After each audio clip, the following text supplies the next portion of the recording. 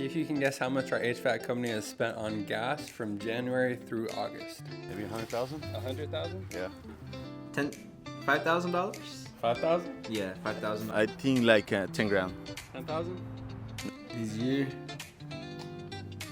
around 10, 11. No. 15, 13,000? 15 to 15, 13,000? yeah. This year? Yeah. 50. 50,000? No, I'm not even close. I know that. The whole year, I would say easily every 3 days, $60. There's 5 or 6 of us. I would say 5,000. 5,000? Probably like at least 60 grand in gas. 60. On gas, I think at least 20,000.